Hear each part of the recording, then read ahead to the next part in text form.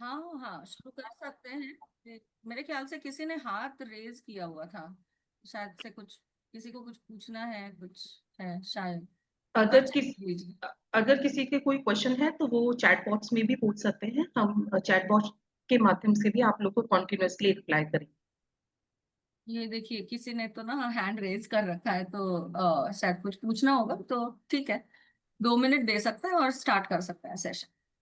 अच्छा, किसी ने ये लिखा कि मैम आपकी आवाज बहुत धीमी आ रही है, तो मैं बस ये पूछना चाहूंगी कि क्या अजीता मैम की आवाज आप तक क्लियर है? आप सब लोग हम सब के जरिए भी बता सकते हैं कि हाँ ठीक है मैम, आपकी वॉइस क्लियर है। हाँ हाँ, ठीक है। Over to you ma'am. Okay okay, thank you. Okay. Okay, ठीक है, थैंक यू। और मुझे हिंदी में और थोड़ा थोड़ा सा इंग्लिश में बोलना पड़ेगा, क्योंकि जब टेक्नोलॉजिकल टर्म्स आएंगे तब। लेकिन आप सभी का वो बहुत बहुत गुड मॉर्निंग है। और हम शुरू करते हैं। मैं मेरा स्क्रीन शेयर करना स्टार्ट करूंगी, लेकिन उसके पहले मैम, मैं रीनेम नहीं कर पा रही हूँ। ओ, ओके। मैम हम लोग ना इस तरह की क्वेरीज का जो है चैट में रिप्लाई करते रहेंगे, और उनकी जो भी क्वेरी है हम लोग चैट ओके, में ही सॉल्व कर देंगे मैम। ठीक है, ठीक है। तो ओके। ओके मैम, आप स्टार्ट कर सकते हैं। Thank you ma'am. जी, ओके फाइन। सो आज का सेशन है हमारा इंस्ट्रक्शनल डिजाइन इस विषय पर। तो सबसे पहले, मतलब स्लाइड्स को शेयर करके हम सेशन शुरू करें उसके पहले मुझे थोड़ा सा जानना है आप लोगों से कि आप लोग तो बहुत सालों से पढ़ा रहे हैं ऑलरेडी, स्कूल्स में अलग अलग विषय पढ़ा रहे हैं आप। लेकिन ये इंस्ट्रक्शन डिजाइन का जो मतलब जो थॉट है, वो आप लोगों को पता है, या ये एक न्यू टर्म आई है आपके लिए? देखिए, मैं सिर्फ स्लाइड शेयर करके एक तरफा सेशन नहीं लूंगी। मुझे चाहिए कि आप लोग इंटरैक्ट करें, क्योंकि आई एम वेरी श्योर कि आप लोगों को भी क्योंकि हम सारे टीचर्स हैं, तो टीचर्स को बात करना बहुत पसंद है। सो इंटरैक्शन ज्यादा इम्पोर्टेंट है, न्यू टर्म है। ठीक है, ओके। अच्छा, अब आप मेरे को एक चीज बताइए। इंस्ट्रक्शन इस शब्द का आप मोटा मोटा सा क्या अर्थ लगाते हैं? निर्देश, ठीक है। अच्छा, किस चीज के निर्देश, और कौन किसको दे रहा है? Guidance in a systematic way, ठीक है। कॉग्निशन, ओके, बड़ी बात बोल दी। ठीक है, तो निर्देश हम किसको दे रहे हैं और कौन किसको दे रहा है? मैनुअल इंफॉर्मेशन, ठीक है। कुछ काम करने के लिए सूचना, ठीक है। और एक, to give command, direction to learners, students, someone else who can follow. Now this is a nice thing। यानी कि हम ऐसे चीजें दे रहे हैं जो कि कोई भी फॉलो करेगा, ठीक है। किसी ने कहा मैनुअल, किसी ने कहा निर्देश देना, लेकिन कुछ लोग ये भी बोल रहे हैं कि गाइडेंस देना। तो क्या ये गाइडेंस देने में, मतलब टीचर भी तो गाइडेंस देते ही हैं, है ना? तो टीचर के गाइडेंस देने में और इंस्ट्रक्शन में क्या फर्क होता होगा? To take lesson accordingly, oh oh, okay, ठीक है, यही बात कर रहे हैं हम। अगर हम गाइडेंस भी दे रहे हैं एज अ टीचर, तो मैनुअल या इंफॉर्मेशन देना या निर्देश देना, ये थोड़ा सा अलग क्यों है? मतलब अगर, देखिए, अगर हमको पढ़ाना ही है, तो हम तो बीएड कर चुके हैं, तो फिर इंस्ट्रक्शन डिजाइन क्यों चाहिए? What to do, how to do, okay, ठीक है। How to do, okay. Content and grade base, लेकिन क्या कंटेंट एंड ग्रेड बेस फिर वो टीचिंग नहीं हुआ? फिर क्या हमारा बीएड ये हो गया? मतलब वही तो हमने किया ना बीएड में, फिर इंस्ट्रक्शन में क्यों हम जा रहे हैं? मतलब अगर मैं मेरी मुंबई की लैंग्वेज में बोलूँ, तो हम इंस्ट्रक्शन में क्यों घुस रहे हैं, ये तो बताइए पहले। हम आज का सेशन कर ही क्यों रहे हैं? अगर हम सब बीएड होल्डर्स हैं, एमएड होल्डर्स हैं, डॉक्टरेट होल्डर्स हैं, तो इंस्ट्रक्शन डिजाइन और टीचिंग में फर्क क्या है? Directions are elaborative and instructions are. 100 messages आए हैं। ओके, 100 आज हो गए। Practical implementation, systematic approach, instruction means to instruct, guidance is to instruct as facilitators. Okay, ये आया थोड़ा सा कुछ, it works in sequence. अब मैं सिर्फ आपको 40 सेकेंड्स दूंगी कि आप है ना जितना चैट में आया हुआ है उसको थोड़ा सा गो थ्रू करें, ना कि सिर्फ अपना मैसेज पढ़ें, लोगों ने कितना कितना क्या क्या बोला हुआ है, और फिर हम इंस्ट्रक्शन डिजाइन पे शुरुआत करेंगे। 40 सेकेंड्स, सिर्फ 40 सेकेंड्स आपका strategies to teach, procedural knowledge. लेकिन ये प्रोसीजरल नॉलेज और स्ट्रैटेजीज टीच तो हम बीएड में करते हैं लेसन प्लानिंग में, तो फिर इंस्ट्रक्शनल डिजाइन की बात कहाँ से आ रही है बीच में? ठीक है, सिर्फ 40 seconds, your time starts now. मैं अपना वीडियो और मतलब कैमरा और ऑडियो म्यूट करूंगी। क्यों म्यूट करूंगी ये भी मैं बताती हूँ, क्योंकि अगर मैं आपके सामने रहूंगी तो वो है कॉग्निटिव डिस्ट्रक्शन। चाहिए कि हम देखें कि चैट में क्या क्या आया है, टेक्नोलॉजी बेस्ड डायरेक्शंस। आप थोड़ा 40 सेकेंड में आप इसको पढ़ लीजिए।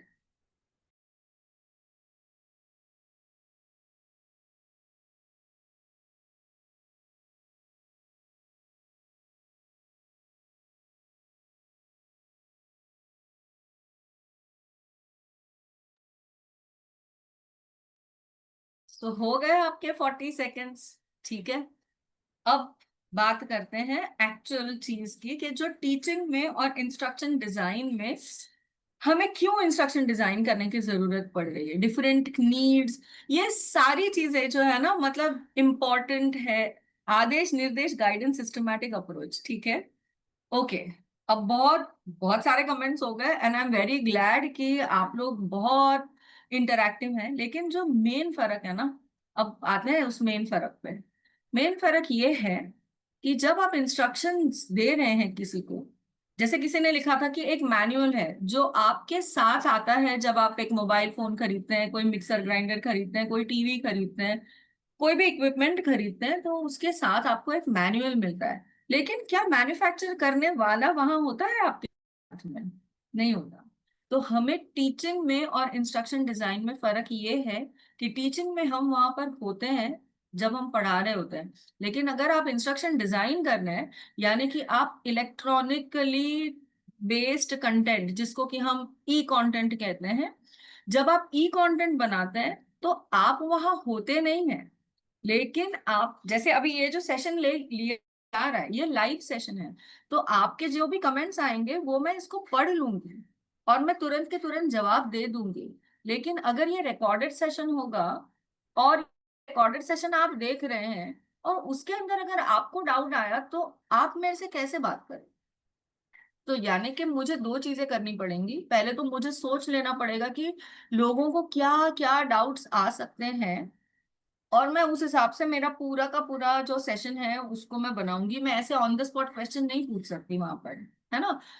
और फिर दूसरी चीज ये है कि अगर, क्योंकि मैं इंसान हूं, मैं सबके तो डाउट्स मैं इमेजिन भी नहीं कर पाऊंगी, फिर भी कुछ तो होगा जो बच जाएगा, जो आपके मन में डाउट होगा, और वो आपको शायद आप रात को 1 बजे देख रहे हैं वो वीडियो, या वो ई कंटेंट आप पढ़ रहे हैं पीडीएफ बुक, और आपको मुझसे पूछना है। अब रात के 1 बजे आपकी पढ़ाई की टाइम है, मेरी नहीं है। तो मुझे एक कम्युनिकेशन चैनल भी तो चाहिए जिससे कि आप मेरे से क्वेश्चन पूछ ले और फिर मैं उसका मेरे हिसाब से आपको जवाब दे दूं। So all this is instruction design. यानी सबसे पहले जब हम ई कंटेंट बनाते हैं तो हमें ये चीज हमारे दिमाग में बहुत फिट कर लेनी चाहिए कि हम पढ़ा तो रहे हैं लेकिन हमारे एब्सेंस में। और ये एक टीचर के लिए बहुत ही अलग सोच है, क्योंकि हम तो होंगे नहीं, लेकिन हम तो हमेशा ऐसे ही इमेजिन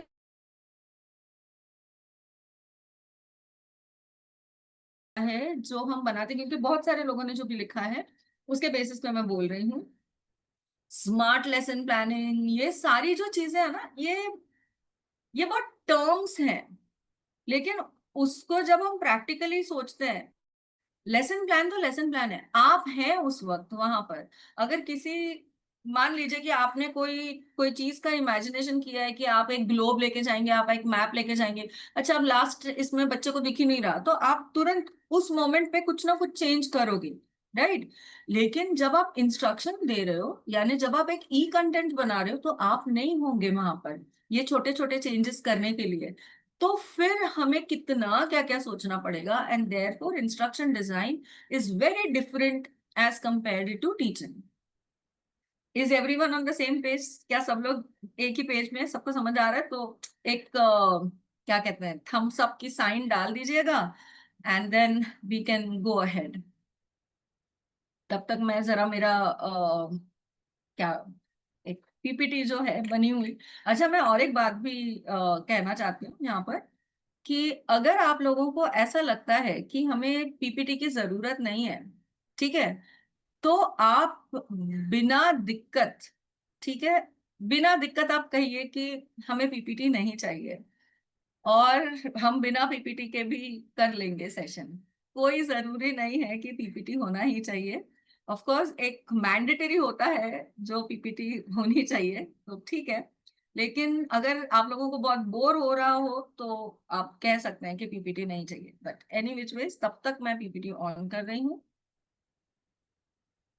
और मुझे उम्मीद है कि आप लोगों को प्रेजेंटेशन दिख रहा है, तो एक थम्स अप डाल दीजिए। और हम शुरू कर रहे हैं instructional design. I hope PPT is visible, visible है।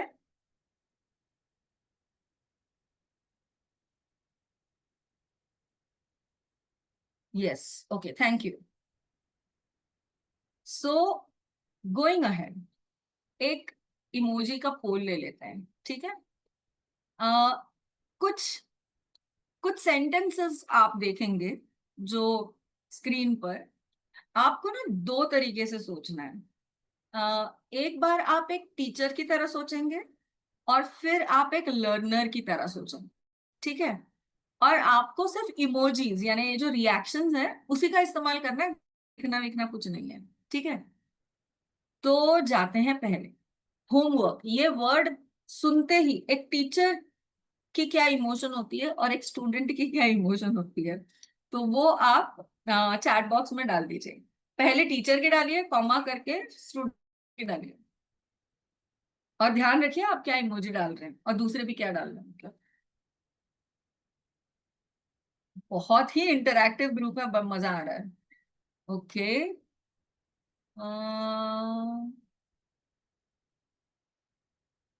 ओके, बुक्स आ रही हैं कोई हंस रहा है, कोई रो रहा है, कोई गॉगल वाला है, कोई रोता हुआ मुंह है ओके, हाँ हाँ, कॉपी हो रही है ठीक है, ओके। आप अब आया सेकंड वर्ड, क्या हो गया, एक मिनट। कभी कभी टेक्नोलॉजी भी ना क्या कर देती है। ओके, ठीक है। सरप्राइज टेस्ट, टीचर्स को सब बहुत पसंद है सरप्राइज टेस्ट। तो एक टीचर को क्या लगता है जब वो सरप्राइज टेस्ट सुनते हैं, और एक स्टूडेंट को क्या लगता है जब वो सरप्राइज टेस्ट सुनते हैं? 40 मैसेजेस, बाप रे। हाँ बिल्कुल, कितने बढ़िया इमोजीज का इस्तेमाल ओके, वेरी नाइस। अच्छा, अब आ रहा है थर्ड, ठीक है। अब इसको पता नहीं क्या हो गया। आ गया, पिकनिक। पिकनिक सुनते ही एक टीचर को क्या लगता है और एक स्टूडेंट को क्या लगता है?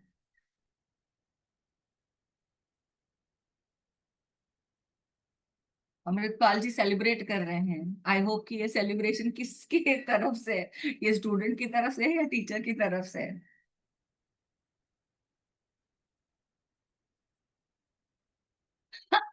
That was a very honest emoji जो ऐसे बोल रहा है कि हे भगवान पिकनिक। बिल्कुल शैतानी, करेक्ट। क्योंकि एक टीचर को तो बहुत कुछ ध्यान में रखना होता है ना जब हम पिकनिक पे जाते हैं, या प्रोजेक्ट्स, बस 5 ही वर्ड्स है, टेंशन ज्यादा नहीं है। प्रोजेक्ट्स, प्रोजेक्ट सुनते ही क्या लगता है टीचर को और क्या लगता है एक स्टूडेंट?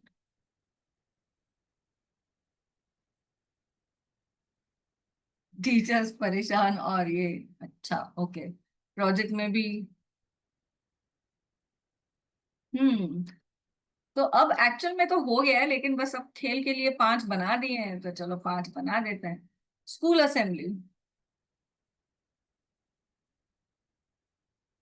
स्कूल असेंबली में टीचर को क्या लग रहा होता है? स्कूल असेंबली है, और स्टूडेंट्स को क्या लग रहा है स्कूल असेंबली में?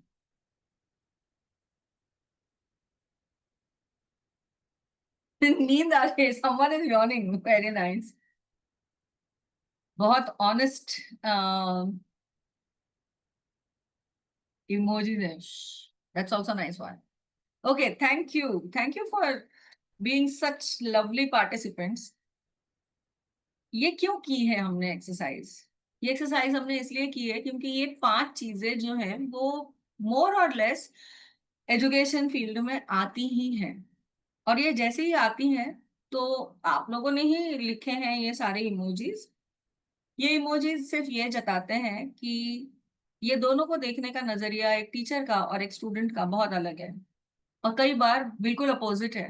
मतलब टीचर तो एकदम लाइक ठीक है, अब आया ऊंट पहाड़ के नीचे वाले में, और तब तक स्टूडेंट है परेशान। जहाँ स्टूडेंट सेलिब्रेट कर रहा होता है, वहां टीचर है परेशान। तो इसका मतलब ये है कि हम जो सोच के चलते हैं क्लास में, जब हम पढ़ा रहे होते हैं तब वो वैसा ही होगा, ऐसे जरूरी नहीं है। सी आई ऑलवेज, जब मैं टीचर ट्रेनिंग कराती हूँ तो मैं टीचर्स को हमेशा ये कहती हूँ, आपको और मुझको ना अपने सब्जेक्ट से बहुत प्यार है, ठीक है, क्योंकि मैं केमिस्ट्री टीचर हूँ। और मैं जानती हूँ ये कि बच्चों को केमिस्ट्री पसंद नहीं है। नहीं पसंद है, नहीं पसंद तो नहीं पसंद है, उनको वो बहुत ही एब्स्ट्रैक्ट लगता है। मुझे सब्जेक्ट से प्यार है ना, इसका मतलब ये नहीं कि स्टूडेंट को हो। इसका मतलब है कि जब हम उनके सामने हैं तो इतने अलग अलग रिएक्शंस हैं, तो जब हम उनके सामने नहीं होंगे और जब हम ई कंटेंट डेवलप कर रहे होंगे, तब तो अगर हम इमोशंस को मैच नहीं करेंगे तब तो फिर क्या ही हो जाएगा। And that is why instruction design is important mostly for e-content, but also it is applicable in what we do in regular class. कई लोगों को ये गलतफहमी है कि इंस्ट्रक्शन डिजाइन वो होता है जहां पे हमने इंस्ट्रक्शन दिया बस उसको फॉलो करो। नहीं, हम रोबोट से, मतलब हम रोबोट्स को ट्रेन नहीं कर रहे हैं। वो साक्षात एक इंसान है, जिनको भी कुछ, जिनकी खुद की एक सोच है, जिनका खुद का एक कॉग्निटिव लेवल है, जिनकी खुद की एक अंडरस्टैंडिंग है। तो हम ऐसे सिर्फ सिर्फ इंस्ट्रक्शंस नहीं दे रहे हैं। हम ये नहीं बोल रहे अलेक्सा ये कर दो, अलेक्सा वो कर दो, वो नहीं है। So instruction design comes in, just give me a moment, मैं 29 मैसेजेस हैं उसको एक देख लूं। I am also chemistry teacher, बहुत बड़ा challenging, O yes. So now this is what is instruction design all about. और ये इमोजी एक्सरसाइज से हमको ये पता चला है कि टीचिंग एंड लर्निंग दो अलग अलग चीजें हैं। अब जब मैं ये कहती हूँ तो बहुत सारे लोग इस चीज को सामने सामने नहीं मानते, लेकिन प्लीज दिल ही दिल में तो आप यकीन मानेंगे, क्योंकि आपने और मैंने एज स्टूडेंट ये महसूस किया है। अब हम टीचर बनते हैं तो हम तुरंत बोलते हैं नहीं नहीं हम तो ऐसे कभी थे ही नहीं। वेल, हम अपने आप से भी झूठ बोल रहे हैं, लोगों से भी झूठ बोल रहे हैं। हम भी क्लास में बैठ के डिस्ट्रैक्ट हुए हैं। ओके, हम भी डे ड्रीम करते थे, और हमारे भी टीचर्स कई बार आके क्लास में आके पढ़ाते थे और चले जाते थे, और हम सोचते रह जाते थे कि अच्छा ये क्या पढ़ाया, मैंने क्या सीखा, कुछ भी समझ में नहीं आया। लेकिन अगर उस टीचर से पूछो तो टीचर का लेसन प्लान परफेक्ट है, और टीचर ने आके बहुत बढ़िया तरीके से वहां पे क्लास ली है, लेकिन हमें कुछ नहीं समझा है। ओके, ये हुआ है, आई एम श्योर ये हुआ है। और अब अगर हम इस बात को नहीं मानेंगे तब तो फिर गड़बड़ है ना, क्योंकि इतना भी हिपोक्रेसी नहीं लेना चाहिए। लेकिन अगर हम ई कंटेंट में और अगर इंस्ट्रक्शन डिजाइन में घुस रहे हैं, तो सबसे पहली बात तो ये समझना जरूरी है कि टीचिंग एंड लर्निंग दो बहुत अलग अलग चीजें हैं। हो सकता है कि मैं बहुत ठीक से ना पढ़ा पाऊं, लेकिन मैंने अगर आपको बहुत अच्छे तरीके से कुछ अपॉर्चुनिटीज दिए तो आप बहुत अच्छे से लर्न कर पाएंगे। तो instruction design focuses that students will learn. Instruction design does not focus on how or what is the way in which I will teach. So पूरा focus change हो गया from teacher's perspective to learner's perspective. ठीक है, क्योंकि हम BEd में करते हैं लर्नर सेंट्रिक एजुकेशन, लेकिन क्या सही में लर्नर सेंट्रिक होता है? जैसे फॉर एग्जाम्पल मैं कहती हूँ आपको, क्यों क्यों ई कंटेंट बेटर है। देखिए अभी आज मेरा पढ़ने का मन है ज्योग्राफी, या आज मुझे शेक्सपियर पढ़ना है, या आज मुझे हिंदी लिटरेचर पढ़ना है अभी, तो मैं मैथ्स के लेक्चर को पॉज कर सकती हूँ और मैं वो वाला पोर्शन कंप्लीट कर सकती हूँ। हमारे टीचिंग लर्निंग प्रैक्टिसेस में तो वो पॉसिबल नहीं है। तो हम लर्नर ऑटोनॉमी की बात कहाँ कर रहे हैं, नहीं कर रहे हैं। ठीक है, तो इंस्ट्रक्शन डिजाइन सबसे पहले हमें लर्नर ऑटोनॉमी पे ही स्ट्रेस देने के लिए मतलब प्रिपेयर करता है। अब जैसे ये एक मैनुअल है, अब मैं थोड़ा सा फास्ट जाऊंगी, थोड़ा सा, क्योंकि ये हम ऑलरेडी थोड़ा सा डिस्कस कर चुके हैं। ये अगर मैंने एक मैनुअल क्लॉक दिया है, और मतलब एक इलेक्ट्रॉनिक क्लॉक का मैनुअल है आपके हाथ में, तो इस पे इन्होंने लेबल लगा दिए हैं, क्या है, कहाँ है। एक बेसिक इंग्लिश अगर आती है और अगर उतना एरोज को हम देख पाते हैं, तो हमें बहुत सारी चीजें इस मैनुअल से पता चल जाती। जैसे ये ये मंडे टू संडे, मतलब ऐसा टाइम टेबल अरेंज है इसका। कई जगह पर मंडे से संडे होता है, कई जगह पर संडे टू सैटरडे होता है, कई जगह पर सिर्फ मंडे टू सैटरडे होता है, लेकिन इस क्लॉक में मंडे से शुरू होके संडे पे जा रहा है। 13/8 यानी ये 24 घंटे वाली घड़ी है, यानी ये एएम पीएम वाली घड़ी नहीं है। फिर इसमें ऑन का बटन कहाँ है, ऑफ का बटन कहाँ है, इसका सेव डिस्प्ले है कि नहीं, ब्ला ब्ला ब्ला। ठीक है, इसके अलावा आप मेरे को बताइए कि क्या ये आपको ये बताता है कि कौन सी चीज पहले पढ़नी चाहिए, कौन सी चीज बाद में पढ़नी चाहिए, या आप एक ओवरऑल अंदाजा लगा क्या करते हैं? क्या क्या मैंने आपसे या इस मैनुअल ने आपसे ये कहा था कि आप लेफ्ट टू राइट पढ़िए, या सेंटर को देखिए, फिर आप लेफ्ट के एरोस पढ़िए, राइट के एरोस पढ़िए, ऐसा कुछ हुआ था? Okay, 12 messages, no. लेकिन क्या फिर भी आप लोगों को किसी ने लेफ्ट टू राइट पढ़ा होगा, किसी ने राइट टू लेफ्ट पढ़ा होगा, किसी ने सिर्फ आ, सिर्फ वो जो वाला जो डायल है उसको देख करके ये सोचा होगा कि हाँ इससे तो मुझे पता चल रहा है ये क्या है, मुझे ये सारा नीचे का पढ़ने की जरूरत नहीं है, तो मैंने नहीं पढ़ी नीचे की चीज। ऐसे भी तो है, होंगे ना कुछ लोग। तो आप बता दीजिए इमोजी डाल करके चाहिए तो कि हाँ हमने नहीं पढ़ा नीचे का, यस थैंक यू। तो अगर आपने नीचे वाला पढ़ा नहीं है लेकिन फिर भी आपको समझ तो आ गया कि क्लॉक कैसे पढ़ना है और इसको यूज कैसे करना है। This is the beauty of instruction design. Instruction design आपको ये नहीं कहता कि आप इस ऑर्डर में पढ़िए, उस ऑर्डर में पढ़िए, लेकिन जो मुद्दे की बात है वो बहुत क्लियरली आ जाती है। तो जब हम ई कंटेंट के फॉर्म में हम इंफोग्राफिक बनाते हैं, या हम कोई भी ई कंटेंट बनाते हैं, तो हमें भी ये बनाने के टाइम पे ये टेक्स्ट बुक से अलग क्यों है, क्योंकि टेक्स्ट बुक हमें सीक्वेंशियली ही पढ़नी पड़ती है ना। लेकिन एक ई कंटेंट वो होता है जो आपको लर्नर ऑटोनॉमी देता है सॉरी, कि आप यहां से पढ़ें, यहां से पढ़ें, आपको मिनिमम पॉसिबल टाइम में आपको एक चीज ग्रास्प हो जाए। तो ये सोचने के लिए मुझे कितनी सारी चीजें सोचनी है कि मुझे ये घड़ी का जो डायल है वो मुझे ऐसे रखना है जहां पे मेरी आंखों की गेज सबसे पहले जाएगी, दैट इज सेंटर में।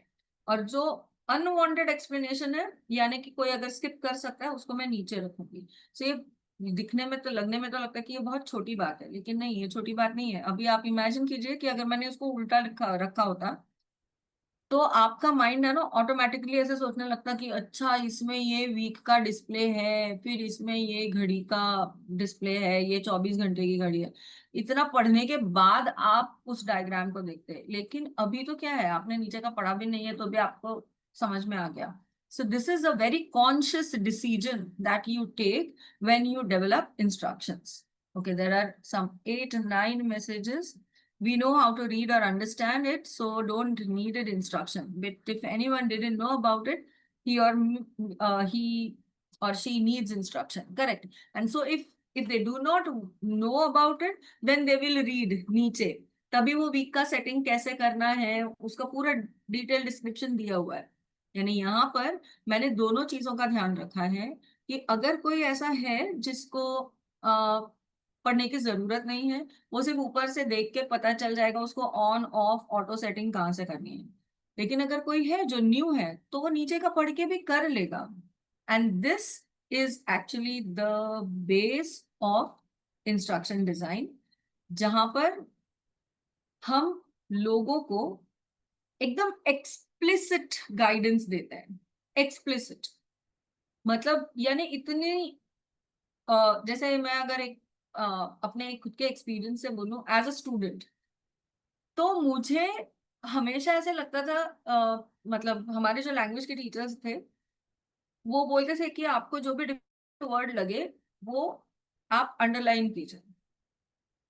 तो मेरी जो पार्टनर थी, मेरे जो बेंच बैठी थी, वो पूछती डिफिकल्ट मतलब कैसे डिफिकल्ट, बड़ा दिख रहा है इसलिए डिफिकल्ट, या मुझे वो सेंटेंस में समझ ही नहीं आ रहा वैसा डिफिकल्ट।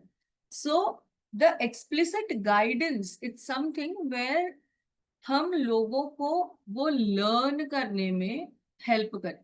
तो जिस तरीके से जो पहले वाली जो स्लाइड थी उस पे क्या था, क्या आपको उतना लर्न करने की जरूरत है?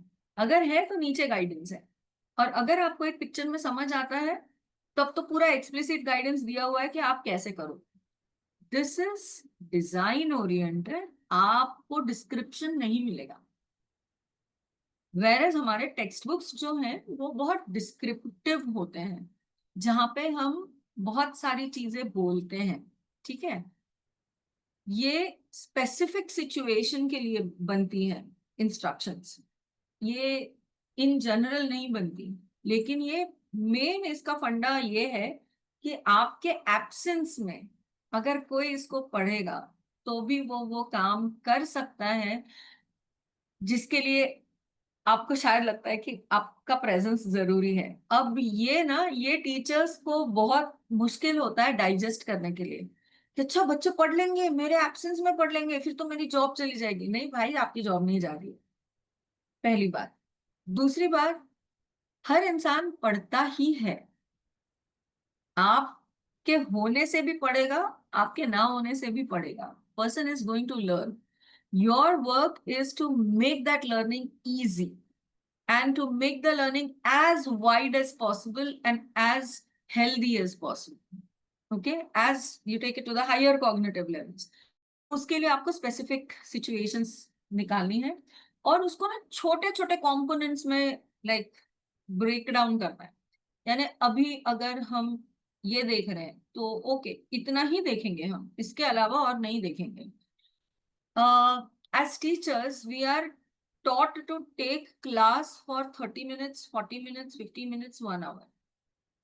Are we taught to take a class for 5 minutes to explain one concept? हम तो बोलेंगे कि नहीं भाई, 1 मिनट 5 मिनट में तो कुछ नहीं पढ़ा के होता। सीरियसली, नहीं नहीं होता है। क्यों नहीं होता?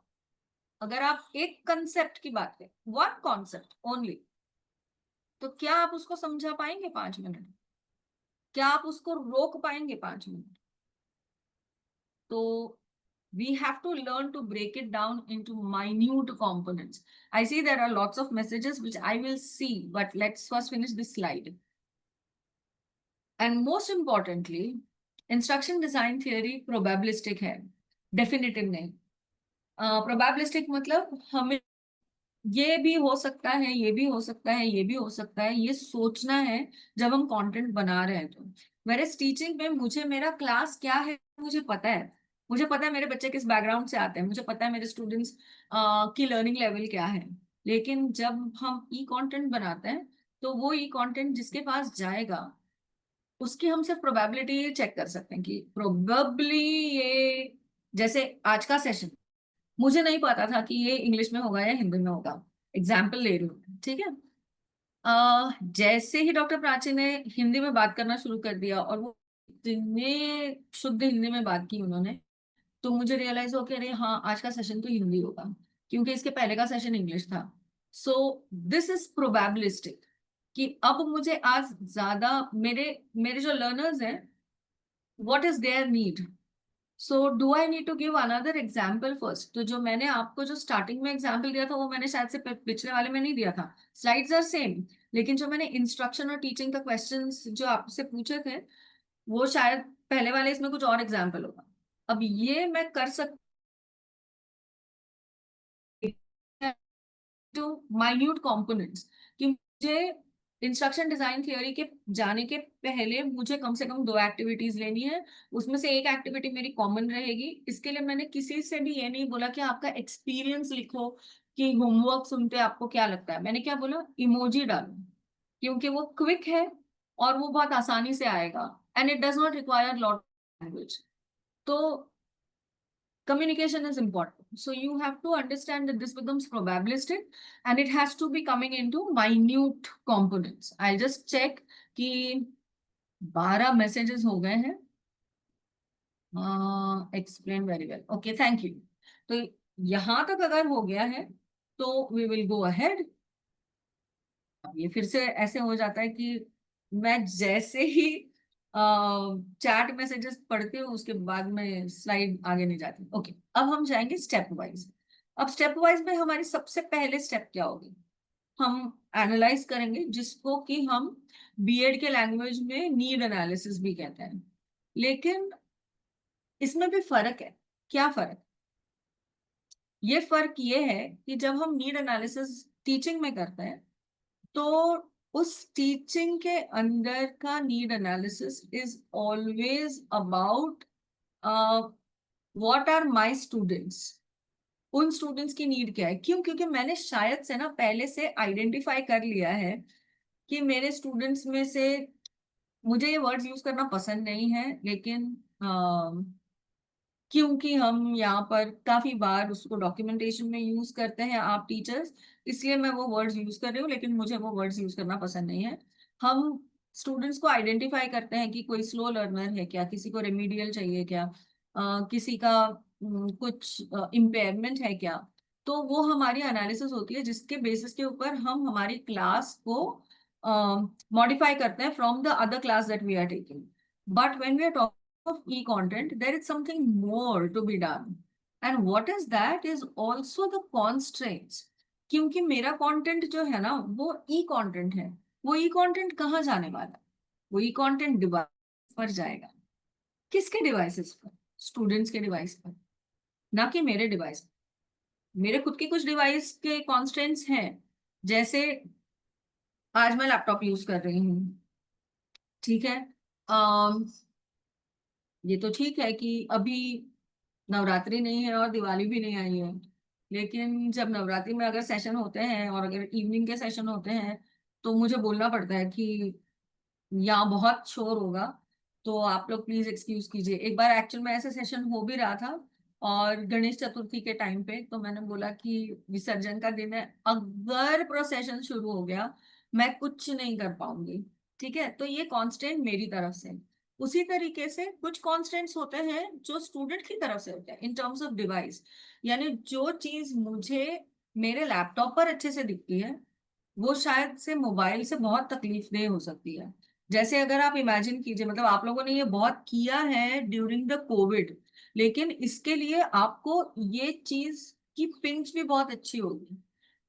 आपको स्लाइड्स बनाने हैं यूजिंग मोबाइल। अब आप एक्सपर्ट हो गए, लेकिन स्टार्टिंग में देखिए, मतलब मुझे आज तक अच्छा नहीं लगता कि मैं अपने मोबाइल पर स्लाइड्स बनाऊं। नहीं, क्यों? क्योंकि वो इतना छोटा, उसमें कहाँ मैं ट्रांजिशन डालूंगी? ऐसे ट्रांजिशन डालने में मेरे को बहुत तकलीफ होती है, मैं नहीं करती। आई विल ऑलवेज से कि मेरे को मेरा लैपटॉप चाहिए। तो मुझे जब मैं ई कंटेंट बनाऊंगी तो मुझे उन स्टूडेंट्स की at their end, I am not even going to say students now, I am be saying learners, क्योंकि सबसे पहले तो ये भी है कि मेरे लर्नर्स जरूरी नहीं कि स्कूल के स्टूडेंट्स होंगे। मेरे लर्नर्स हो सकता है, जैसे अगर आप सपोज कीजिए आप एक कंटेंट बना रहे हैं, आप हिंदी पढ़ा रहे हैं या आप फिजिक्स पढ़ा रहे हैं, हो सकता है कि मैंने पढ़ाई छोड़ दी हो and I am into vocation, और अब मुझे वापस से लाइक मुझे पढ़ना है वापस, how my furniture making will become better after learning physics and chemistry, या after learning physics and maths I have to come to learn the different theorems of maths. So my student, my मेरा e content देखने वाला जो learner होगा, उसका कोई as या उसका कॉन्स्टेंट्स बहुत अलग अलग होंगे, तो ये मुझे हमेशा एनालाइज करके रखना पड़ेगा कि मेरा कंटेंट कौन कौन देखने वाला है। और अगर मैं उतना नहीं कर पाऊंगी then I have to put a prerequisite कि भाई मेरा कंटेंट वही देखे जिनके पास ये मिनिमम ये चीजें हो। और अगर वो नहीं है तो बहुत बड़ी गड़बड़ हो सकती है, जो आपने हमने कोविड में बहुत झेली है। हम व्हाट्सएप पे भेजे जा रहे हैं कंटेंट, अरे लेकिन वो जो स्टूडेंट्स हैं उनके घर में स्मार्टफोन एक ही है। अच्छा, वो डाउनलोडेबल, मतलब उतनी मेमोरी नहीं है उनके फोन में, हम वीडियो बना के भेज रहे हैं लेकिन स्मार्टफोन नहीं है घर पे, तो हमें वो भी तो देखना पड़ेगा।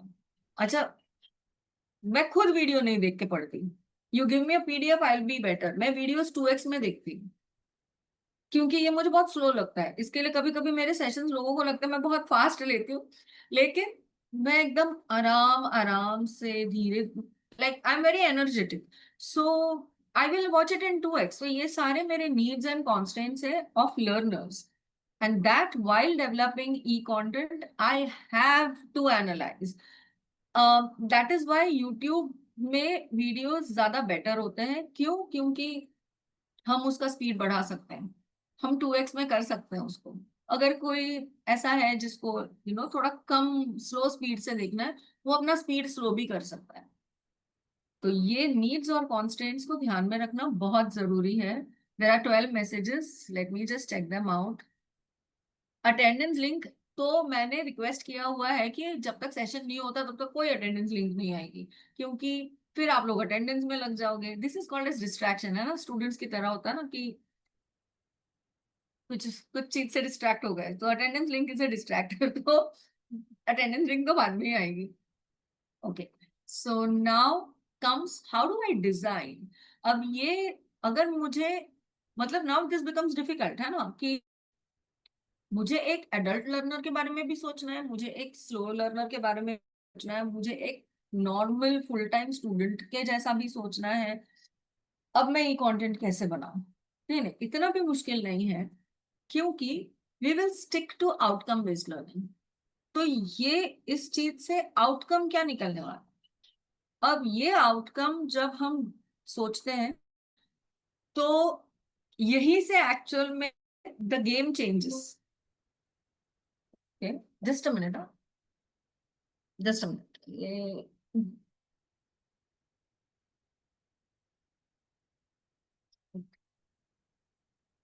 ऑल राइट, बैटरी लो वाला सिग्नल था लेकिन प्लग इन है, हाँ ठीक है। गेम यहाँ चेंज है, क्योंकि अम, हम नॉर्मल टीचिंग लर्निंग में हम क्या करते हैं, हम पहले पढ़ा देते हैं पूरा, फिर हम पेपर सेट करने बैठते हैं on the basis of what हमने पढ़ाया है। लेकिन जब हम इंस्ट्रक्शन डिजाइन करते हैं तो हमें सबसे पहले आउटकम देखना है, और उस आउटकम का असेसमेंट पहले सोचना है, और फिर ही टीचिंग लर्निंग मटेरियल बनाना है। यानी ये पूरा उल्टा है। Okay, so that's why I said the game actually changes from here. और ऐसा करना क्यों जरूरी? वो जरूरी इसलिए है क्योंकि ये ई कंटेंट है, तो हम हमारा असेसमेंट जो प्लान करेंगे वो कांस्टेंट होना चाहिए इन टर्म्स, सॉरी, आउटकम जो है वो कांस्टेंट होना चाहिए in terms of what is achieved.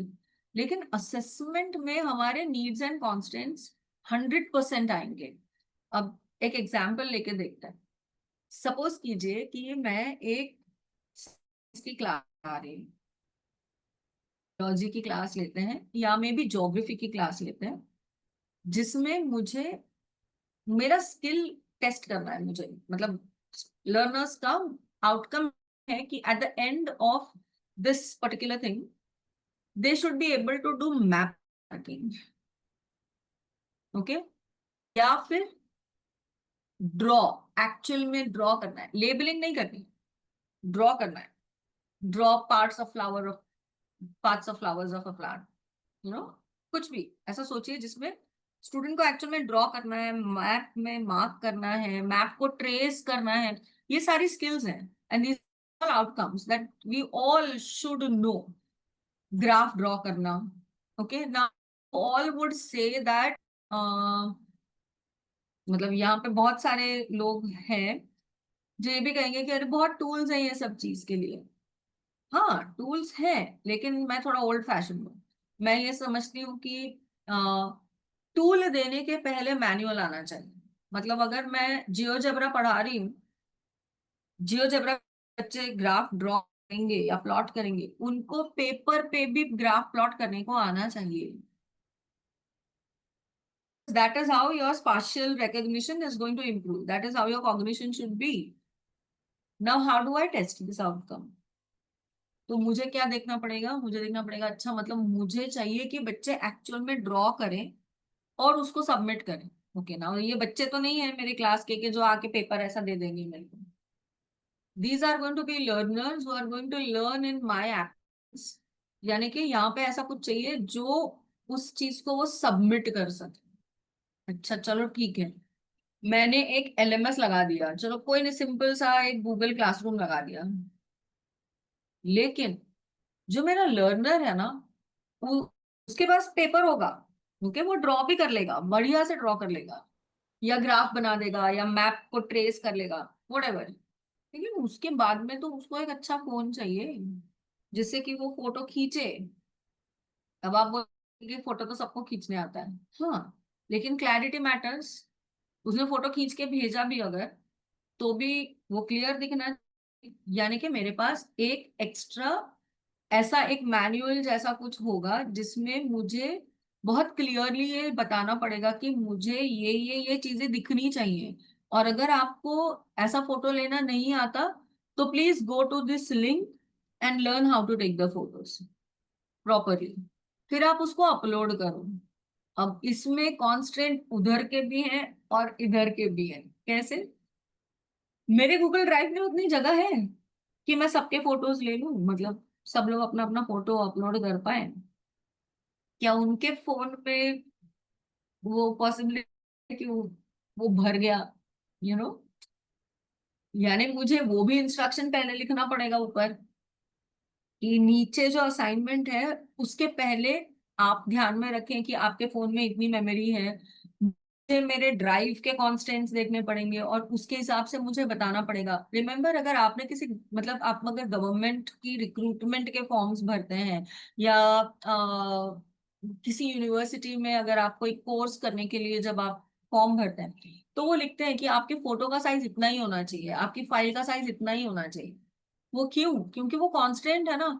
अगर मैंने बहुत बड़ी सी फाइल बनाकर दे दी, जिसे कि एकदम, यू नो, मुंबई की लैंग्वेज में बोले तो एकदम धांसू फाइल बना के, लेकिन उसका तो मतलब वो फाइल साइज बहुत ज्यादा होगी, वो उतना तो उधर है ही नहीं जगह। अब इतने लाखों लोग अगर अपलोड करेंगे तो कहाँ जाएगी जगह? सो मुझे उसको शॉर्ट करना पड़ेगा, छोटा करना पड़ेगा, फाइल साइज को एकदम कम करना पड़ेगा। तो ये सारे आउटकम्स मेरे किसके बलबूते पे टिके हैं? कॉन्स्ट्रेंट्स के बलबूते पे टिके हैं। और जब तक मेरे कॉन्स्ट्रेंट्स क्लियरली मैं आइडेंटिफाई नहीं कर लूंगी और मेरे आउटकम्स को उसके तरीके से नहीं मैप करूंगी, तब तक मैं एक अच्छा कंटेंट डिजाइन नहीं कर पाऊंगी। कि मैंने बहुत धांसू वाला एनिमेटेड वीडियो बना दिया, लेकिन उसका फाइल साइज इतना ज्यादा है कि मेरे लर्नर्स अपने फोन पे उसको डाउनलोड ही कर नहीं पाएंगे, तो फिर हमको यूट्यूब पे डालना पड़ेगा।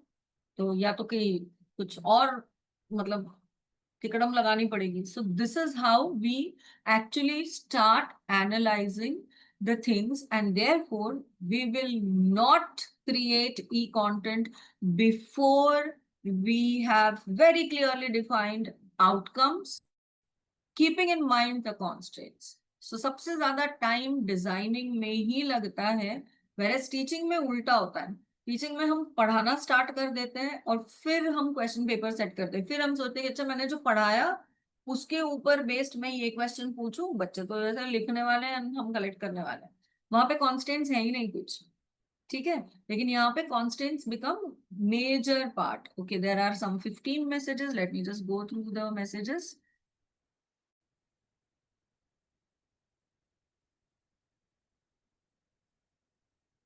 ओके, अटेंडेंस लिंक शेयर नहीं होगा, so don't worry about attendance link. First learn, ये बहुत टिपिकल लगता है मुझको कि अटेंडेंस हो गया तो भाई physically present mentally absent. And don't worry, like I we all have been there. हमने सबने वैसे सेशन अटेंड किए हैं जहां पे हम फिजिकली प्रेजेंट मेंटली एब्सेंट हैं, लेकिन फिर उसमें लर्निंग नहीं होती, उसमें सिर्फ एक चेक बॉक्स टिक करना होता है कि हाँ मैंने सेशन अटेंड किया। We don't want that to happen. Okay, so coming from analyze to design, अब मेरे ये outcomes और constants की मैपिंग हो गई है। अब मैं यूज करना स्टार्ट करूंगी मेरा econ, क्योंकि now I am very sure कि ओके मेरे मेरे गूगल ड्राइव में इतनी जगह है, मेरे रिपॉजिटरी में इतनी जगह है, मैं अगर एनिमेशन बना रही हूँ और मैं जानती हूँ कि शायद इसकी फाइल साइज ज्यादा बड़ी होगी और वो शायद नहीं डाउनलोड कर पाएंगे, तो मैंने कुछ तो व्यवस्था की है जहाँ पे वो डायरेक्टली देखे, उनको डाउनलोड करने की जरूरत नहीं है। And this is for the videos. उसके अलावा क्या मैंने ये भी सोचा है कि सी आई ऑलवेज से दिस कि you know overall education system बहुत विजुअल है। ओके, जैसे हम जब पढ़ाते हैं क्लास में तो भी हम यही बोलते हैं कि अच्छा now look at the board, look into your text books. What about the visually challenged people? हम वीडियो पे वीडियो बनाए जा रहे हैं, और जिसमें स्लाइड में इवन ये सेशन में भी मैं एक्सप्लेन कर रही हूँ लेकिन स्लाइड को ध्यान में रख के एक्सप्लेन कर रही हूँ, right? What about the people who are visually challenged?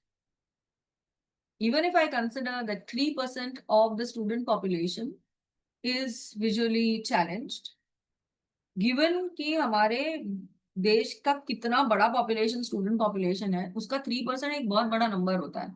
तो क्या मैंने वो कांस्टेंट ध्यान में रखा है? क्या मैंने वो आउटकम भी ध्यान में रखा है? मैंने वो ध्यान में रखा है तो मुझे कुछ तो प्रोडक्शन के टाइम पे वो देखना, वो याद रख के वैसा प्रोड्यूस करना जरूरी है। So can I make a podcast, can an alternative वे? तो डेवलपमेंट के टाइम पे हम ये सारी चीजें ध्यान में रख के ही हम प्रोड्यूस करेंगे। Otherwise what happens is we are neglect a lot of students, हम उनको एक्सक्लूड कर रहे हैं। यानी एक तरफ हम बोल रहे हैं इंक्लूजन इंक्लूजन, लेकिन because of the practices that we do we are excluding people. That should not happen. Therefore, before you go into the production, please take enough of time that does it suit everyone. There are lots of messages again. Let me check. Okay. Yeah, thank you. I would also love to be with you till the evening. ऐसा होने नहीं वाला. I will take only some time.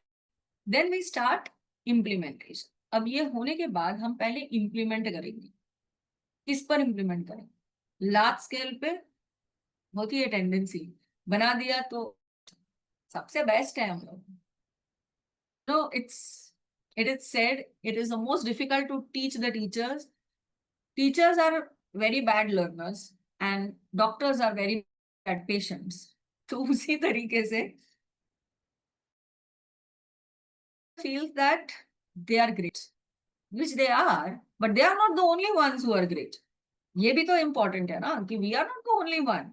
So we need to implement this small scale first. इसको कहते हैं piloting. यहाँ पे होगा रिव्यू, एंड जैसे हम स्टूडेंट्स की कॉपियों में पूरा सर्कल करके ये गलत लिखा, वो गलत लिखा, इसको दोबारा से। तो एग्जैक्टली यही चीज हमारे ई कंटेंट के साथ भी होने वाली है और होनी ही चाहिए। ओके, जब हम रिव्यू के लिए देंगे तब हमें दूसरे पर्सपेक्टिव्स मिलेंगे कि इसको कैसे बेटर किया जाए। So this is something that as Indians we need to relearn again, I would say. हम हमेशा कम्युनिटी की तरह पहले रहते थे, अब पता नहीं क्यों हम इसको पर्सनली ले रहे हैं। अगर सपोज कीजिए कि कल को आपने बोला कि हमको ये स्लाइड ठीक नहीं लगी, तो I should not feel offended. I should ask you, okay, what is it in this that you did not like? Maybe it is going to help me to improve. So whenever I'm making any e-content, even these slides have undergone reviews, believe me, for reviews by with my colleagues from different institutes. And then only after that, only after the review part is done, we will put to action. And then after we put to action, we will evaluate कि हमारा impact कितना हुआ, what worked, what did not work, इसको मेरे को और भी कुछ तो चेंज करना पड़ेगा। Then I go back and change. I cannot change the whole recording. That is why हम हमेशा कहते हैं कि जैसे ना, I will just give you, because I come from the city of Mumbai, तो मैं बहुत बॉलीवुड के टर्म्स में बात करती हूँ। देखिए, फिल्म जब रिलीज होती है, अब रिलीज हो गई उसके बाद में तो बस आपके पास दो ही ऑप्शन है, या तो हिट है या तो फ्लॉप है। लेकिन फिल्म रिलीज होने के पहले उसके बहुत ही ज्यादा एडिट लेवल पे बहुत रिव्यूज होते हैं, और कई बार उस रिव्यू के बाद फिल्म की एंडिंग चेंज होती है, उसके अंदर के इफेक्ट्स कम ज्यादा किए जाते हैं एंड ऑल दैट। अब जस्ट आप इमेजिन कीजिए कि अगर आप लोगों ने ये देखा भी होगा, एंड आई एम अज्यूमिंग कि ने टीचर्स हैं यहाँ पर जो ग्रुप है, वो ग्रुप ने मिस्टर बच्चन को बहुत देखा होगा। लेकिन क्या आपको पता है कि शोले की जो रिव्यू थी उसमें they had written it off कि ये तो पिक्चर फ्लॉप है क्योंकि इसका एंडिंग ही ठीक नहीं है। लेकिन फिर बहुत बहुत सारी ऐसी मूवीज हैं जिनके एंडिंग्स एक्चुअल में चेंज किए गए हैं या कुछ चीजें चेंज की हैं। सो इमेजिन लाइक बड़े बड़े लोगों के इसमें भी रिव्यूज होते हैं। तो आप और मैं तो बहुत छोटी चीज है, तो we should be putting this into action कि what works, what doesn't work, and then go back. So go back हर स्टेज पे होना चाहिए। नीड्स एंड कॉन्स्टेंट्स जब आप आइडेंटिफाई करते हैं तो भी आप आपके कलीग से बात कीजिए, और कलीग्स अगर दूसरे इंस्टीट्यूशन के होंगे तो बहुत ही अच्छी चीज है। अभी कहाँ से आएंगे दूसरे इंस्टीट्यूशन से? वेल, अभी आप लोग सब लोग यहाँ पे कर रहे हैं, तो आप लोगों का कोई व्हाट्सएप ग्रुप होगा जिसके साथ में आप बात कर सकते हैं, आपकी कम्युनिटी बन जाएगी। आप बोल दीजिए कि ये कंटेंट मैंने, ये कंटेंट बना रहे हैं, ये कॉन्स्टेंट्स हम सोच रहे हैं, क्या ये सही है या am I missing out anything? And believe me, people will come out to help you. People in general are very good, कुछ होते हैं but in general people are good. And please try not to take it personally कि उसने मेरे को कैसे बोल दिया। भाई तेरे को नहीं बोला, तेरे कंटेंट को बोल रहा है। और क्यों बोल रहा है? क्योंकि they want you to improve, that is why it works. Okay, last session में जब मैंने ये स्लाइड दिखाई थी तो टाइम पर एक पार्टिसिपेंट ने हाथ रेस किया था और पूछा था कि बाकी सब कुछ एक इसमें है, लाइक एक नीचे एक है, आपने इवेल्युएट का फिफ्थ स्टेप जो है उसको साइड में क्यों लगाया है? इट वाज वेरी लाइक, बहुत कम लोगों ने उस चीज को ऑब्जर्व किया था, लेकिन उन्होंने ये पूछा तो मैंने बोला कि good that you have observe, क्योंकि वो सबसे इम्पोर्टेंट है। और वो ऐसा नहीं है कि वो लीनियरली आना चाहिए, इवेल्युएशन हर स्टेप पे हो तो ज्यादा अच्छा। जब मैं आउटकम्स फ्रेम कर रही हूँ, डिजाइन कर रही हूँ, तो if I ask my colleague कि अच्छा यही चाहिए ना, आउटकम यही सही है, या कुछ और अच्छी आइडिया है उस आउटकम के आने की, तो वो भी बहुत बढ़िया आइडियाज आ सकती हैं और फिर हम उसको सोच सकते हैं। Okay, now till here we have finished a huge part. आपको अगर इसका स्क्रीनशॉट लेना है तो आप स्क्रीनशॉट ले लीजिए, आपको अगर कुछ नोट डाउन करना है तो आप नोट डाउन कर दीजिए, आपको कोई क्वेश्चन पूछना है आप चैट में क्वेश्चन पूछ लीजिए। We will take 1 minute to absorb, मुझे बॉम्बार्ड नहीं करना है, आप 1 मिनट ये पूरे पे सोच लीजिए then we will go ahead. There are messages. I'll just see some messages. Okay.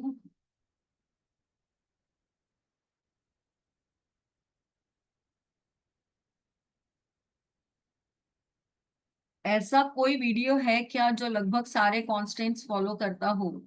है तो मैम हमें देखना है। हाँ, nothing is perfect. Even God is not perfect if you believe in God, so there is no perfection. But हाँ, हम इस constant को ओवरकम जरूर करते हैं। जैसे जैसे स्टार्टिंग में आपकी स्लाइड्स में कुछ क्वेश्चंस हैं जो आपको सोचने पे मजबूर करते हैं, तो वो एक बेटर वीडियो है। अगर वो एक एलएमएस पे डला हुआ है, तो फिर आप उस एलएमएस के द्वारा एनेबल कर सकते हैं आपका और आपके इंस्ट्रक्टर का से एक्सचेंज ऑफ थॉट्स। तो वो हो सकता है।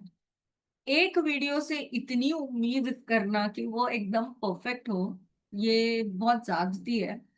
और हमें परफेक्शन नहीं चाहिए। हमें क्या चाहिए? हमने अगर कांस्टेंट आइडेंटिफाई कर लिया है कि ओके ये नहीं हो सकता है, see, let us remember one thing, you and I are not Shahrukh Khan. Okay, we can not produce that type of videos. दूसरी चीज, जो अक्सर हम एज टीचर्स कहते हैं, there are many people who say this कि स्टूडेंट्स का अटेंशन स्पैन कम है।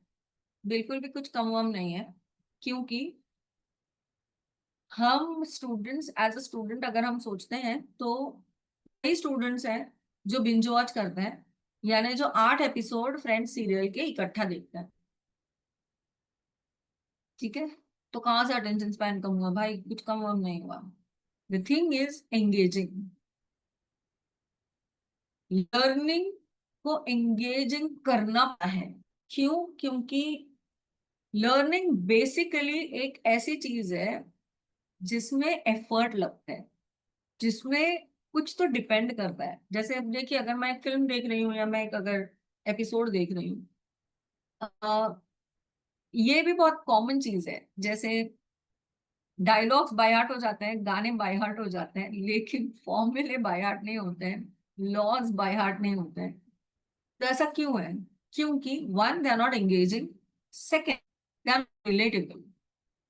अब ये दोनों चीजें अगर आपने रखी सामने, तो you know you can talk in the same language as that of the students or as that of the learners, then it becomes engaging. Otherwise it's not.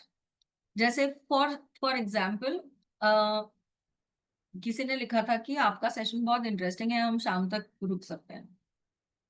Interesting क्यों है? क्योंकि मैं आपसे इमोजीज में एक्सपेक्ट कर रही हूँ चीजें, जहां पे आपका एफर्ट कम है और आप फोकस कर सकते हो यहाँ पर। This is one example. अगर मेरा वीडियो उतना अच्छा नहीं है, तो मैं उसके साथ में कुछ अल्टरनेटिव दे सकती हूँ। और ये जैसे टेक्नोलॉजी डेवलप होगी होती है, वैसे वैसे हम उसमें एडिशंस भी करते जाते हैं। अगर किसी ने स्वयं बहुत सालों से देखा है, तो आपको वो स्वयं प्लेटफॉर्म पे भी बहुत सारे चेंजेस दिखेंगे। जैसे और यूट्यूब में, खुद खुद के यूट्यूब में, जूम के अंदर भी हम टेक्नोलॉजिकल एडवांसमेंट्स देखते हैं। जैसे एक बार मैं सेशन ले रही थी कहीं पर, तो ये वापस लैंग्वेज वाला प्रॉब्लम स्टार्ट हो गया। So then I asked them कि आप लोग एक काम क्यों नहीं कर रहे हैं? आप है ना क्लोज कैप्शंस ऑन कर दीजिए ना।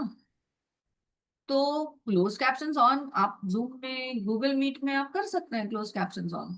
तो जैसे सबटाइटल्स आते हैं वैसे सबटाइटल्स आएंगे, and it's very helpful, believe me. It is very helpful for people like most of Indians जिनकी English is medium of instruction but not mother tongue. So we are very good with written English as compared to being good with spoken English. तो अगर हमारे नजरों के सामने आता है, तो हम पढ़ लेते हैं। And okay, so I still have time to give you that example. Actual में अभी अभी हमने एक एक्सपेरिमेंट किया है। मेरे एक मेंटी जो डेवलप कर रहे हैं, अ, उन्होंने एक पॉडकास्ट बनाया और हमने बच्चों के लिए बनाया। तो हमने जो टेस्ट्स बनाई थी और वो सब, तो अ, उसका जब रिजल्ट, मतलब जब हमने बच्चों से पूछा, तो बच्चों के आंसर्स ना हमें सोचने पर बहुत मजबूर कर रहे हैं, एज इंस्ट्रक्टर्स, एज टीचर्स। बच्चे क्या बोल रहे हैं कि आपका जो कंटेंट है, ओके, जो हम बोल रहे हैं, जो हमारे वीडियोस हैं, जो हमारे पॉडकास्ट हैं, वो तो हिंदी में बहुत अच्छे हैं, वो इंग्लिश में मत करो, वो हिंदी में करो। वी वर लाइक ओके ठीक है, लेकिन जो टेस्ट है वो आप इंग्लिश में लो, वो हिंदी में मत लो। वी आर लाइक है क्या हो गया? पीडीएफ। अच्छा, बच्चे हिंदी स्पीकिंग रीजन के नहीं है, ठीक है, मतलब मदर टंग हिंदी नहीं है उनकी। तो हम लोग बोल रहे हैं कि मतलब लाइक पीडीएफ बना रहे हैं, तो क्या सेइंग पीडीएफ भी आप इंग्लिश में दो, आप इंग्लिश में लो, लेकिन आपके वीडियो और पॉडकास्ट हिंदी वाले रखो, वो ज्यादा अच्छा लगा। And then we chose the, when we saw the outcomes, जब हमने वैसे, मतलब हम हर स्टेज पे उनसे बात कर रहे हैं बच्चों से, और बच्चे like 7th grade 8th grade के, मतलब एकदम perfect vulnerable age. And then we all are sitting together and thinking कि ये तो हमने सोचा ही नहीं था। What we were thinking was, we will have the podcasts in Hindi, then we will also develop the PDF in Hindi, and because students are comfortable in Hindi, we will ask the test also in Hindi. But this comes up as a new thing. तो अब हम फिर बैठे हैं, उसका पूरा translation कर रहे हैं पीडीएफ देने के लिए, because that's the piloting the, ठीक है। There are some messages there, बाप रे 15 messages. Let me just check. नहीं होगी क्या, नहीं होगी? हाँ, the main, just a minute. The main limitation of the ADDIE model are its sequential nature, which makes it inflexible. लेकिन ये ADDIE मॉडल है, लेकिन हमने इसको इसीलिए इवैल्यूएशन को मैंने बोला कि हर स्टेज पे होना चाहिए। And if you keep it as every stage, it is called as dick and carry model. So ADDIE model is easy for the teachers to understand because teachers go in a linear sequential way, but we don't do ADDIE the way it should be, like last में evaluation नहीं करना है। मैं आपको constantly यही बोल रही हूँ, आप हर स्टेज पे इवैल्यूएशन कीजिए।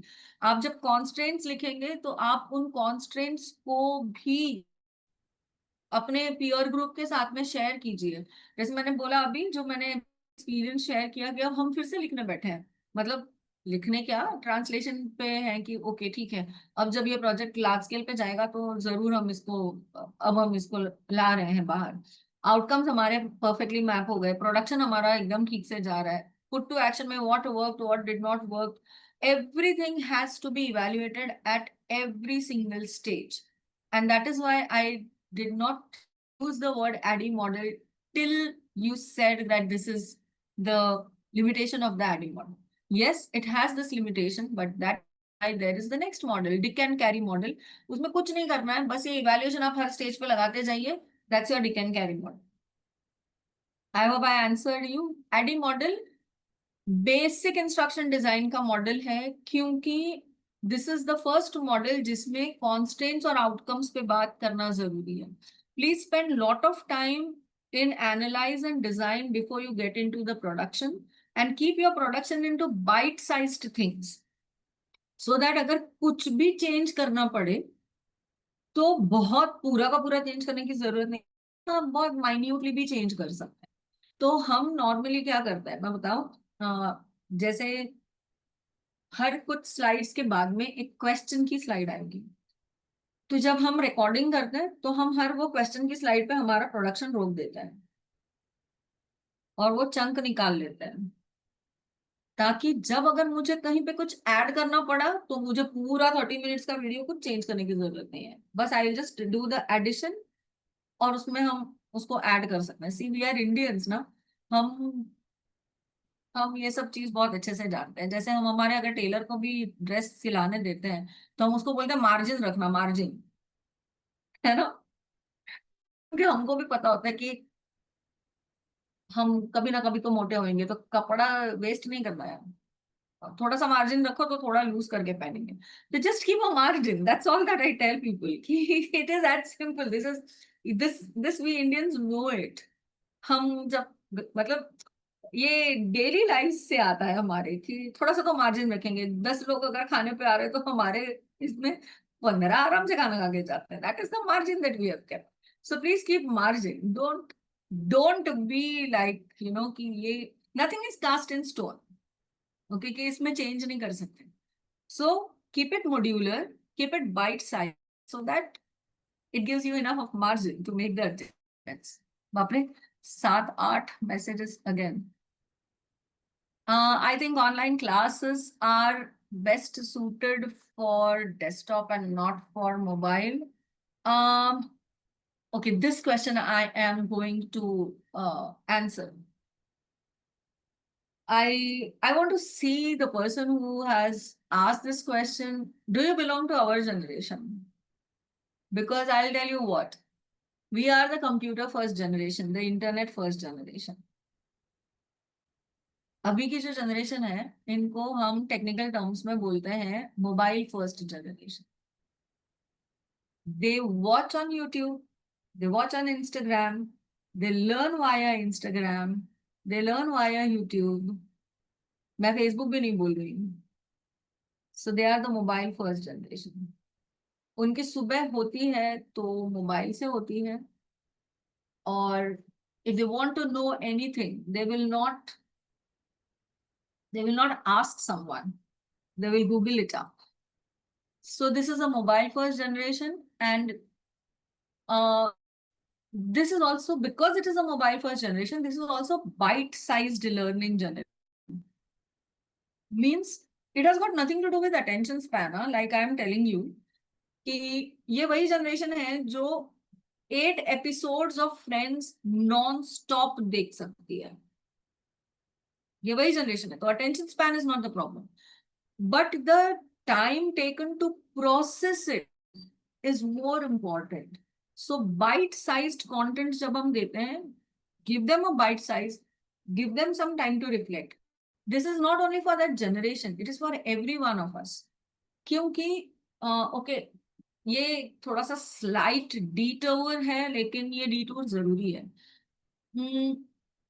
See what is happening is, हमारे ऊपर बहुत सारा इंफॉर्मेशन बोम्बार्ड होते रहता है, जिसकी वजह से हम एक इमोशन से दूसरे इमोशन पे जा रहे हैं। लाइक अभी हमने एक डिस्टर्बिंग से न्यूज देखी है, उतने में हमको एक मैसेज आ गया हमारे डिपार्टमेंट से, कुछ तो इम्पोर्टेंट काम करना। अच्छा, वो करते करते यहाँ पे कुछ और हो गया जिसपे हम हंस रहे हैं। So we are just moving from one to another. तो पहले वाला तो प्रोसेस ही नहीं कर पाया ब्रेन, तब तक हम दूसरे काम पे जा रहे हैं। जब तक दूसरा हो रहा है तब तक यहाँ से हम हंस रहे हैं, because of which the brain gets overloaded. And the way I said कि नो, टेक 1 मिनट, टेक पूरा 1 मिनट टू सी कि इसमें क्या आपको लग रहा है, क्या नहीं लग रहा है। We got some very good messages about whether this is, मतलब एक क्या कोई ऐसा एक वीडियो है क्या, या एडी मॉडल के limitations. I am not going to keep on bombarding things. So जब हम बाइट साइज मॉडल्स या मॉड्यूल्स बनाते हैं स्टूडेंट्स के लिए, तो please give them some time to reflect and use this reflection as your margin, so where you can improve, increase, decrease, जो भी करना है। ओके, सो अगेन अपने 12-15 मैसेजेस के।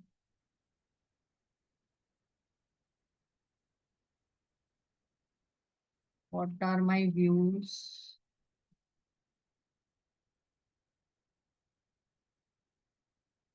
Okay, so I think I have answered everyone except for the last one. What are my views on the SAM model? Every model comes with its own basis, and every model will have constants. Now, why am I saying this? Is because probably because मैं chemistry से आती हूँ. We have lots of models. Physics में, chemistry में models की भरमार है, और कोई भी एक मॉडल कंप्लीट नहीं है। So we laugh it off. हमारे स्टूडेंट्स जब बोलते हैं तो बोलते भी हैं कि कभी बोलते हो डाल्टन मॉडल, कभी बोलते हो रदरफोर्ड मॉडल, कभी आ जाता है कोई और कुछ एक बार डिसाइड क्यों नहीं कर लेते कि कौन सा मॉडल अच्छा है? Then I tell them that no, science is more always about learning and adding more things. So each and every model is trying to get there. Now there is where precision, perfection. And we all know that you cannot be perfect. You can only improve on whatever has been so far. So these are all steps. Sam is a good model. It does not mean that Addy and Dick Carey is bad. Okay, you need to understand that there are at least 9 models that we can use very effectively if used at the proper place, at the proper time. I'll give one more analogy. Combiflam is good. That does not mean we should write off crocin. दोनों का अपना अपना अलग standing है और वो दोनों अलग अलग तरीके से अलग अलग सिचुएशंस में यूज करने चाहिए. So we should not judge a model, but we should evaluate the model as per our requirements and our needs. I hope I answered that question. And then this is how we get into the process. We design and define the objectives and outcomes. We get into the concept, conceptualize karo, फिर उसको document karo, and then we develop and we cultivate, and this cycle continues. And that's how we do it for every single thing that we are doing. And now let's do some hands-on. Now, think of one topic that you are teaching. Topic एकदम छोटा सा concept. Okay, don't think of the chapter. अभी हम पूरा bite sides कर रहे हैं. So just one छोटा topic. Okay, just think only of that. What is that your students should be able to do? उसको आप बहुत clearly define कर लीजिए. उसके बाद में सबसे पहले होगी assessment की planning, जिसमें आप formative और समेटिव दोनों को ही प्लान कर लीजिए. यहाँ पर मैं थोड़ा सा पार्ट और मतलब सब टीचर्स हैं, सबको पता है, लेकिन फिर भी अगर आप एक टॉपिक के बाद में टेस्ट कंडक्ट कर रहे हैं, एमसीक्यू की टेस्ट है, और उसके बाद में आप मार्क्स बच्चे को दे देते हैं, वो फॉर्मेटिव नहीं है. क्यों? क्योंकि just because it is an objective format, it is not a formative test, because you should give the student enough chance to improve his earlier performance. अगर वो नहीं दे रहे हैं तो वो फॉर्मेटिव नहीं है. ठीक है, तो प्लीज डिजाइन अ टेस्ट जहां पे आप उसको 2 या 3 चांसेस कम से कम दें, जिससे कि उसका प्रीवियस परफॉर्मेंस इंप्रूव हो, और उसी के बाद आप टीचिंग लर्निंग पे आएंगे. So take a screenshot of this, or you can just draw this on a piece of paper. Now think of a topic and start doing this. Once you are done, you can just tell us that you are done. Learning outcome तो मैं कहूंगी कि एक outcome रहेगा अभी hands on के लिए तो भी चलेगा. मैक्सिमम 2 आउटकम रखे, जो कि आउटकम बहुत टैंजिबल हो, मुझे बताने की जरूरत नहीं है, लेकिन अब ये टैंजिबिलिटी कॉन्स्ट्रेंट्स को ध्यान में रख के होगी. कि अगर जैसे वो याद कीजिए वो एग्जाम्पल जो हमने लिया था कि अगर if I am expecting my students to draw something, how am I going to collect it? तो फिर मेरा आउटकम क्या चेंज होने वाला है? अगर है तो फिर ध्यान में रखिए. And then we will do the review and we will do the discussion again. ये डिस्कशन होगा, पर्सनल नहीं होगा, ये इस प्लान को इम्प्रूव करने के लिए होगा. ठीक है. So okay, my god, there are 15 messages.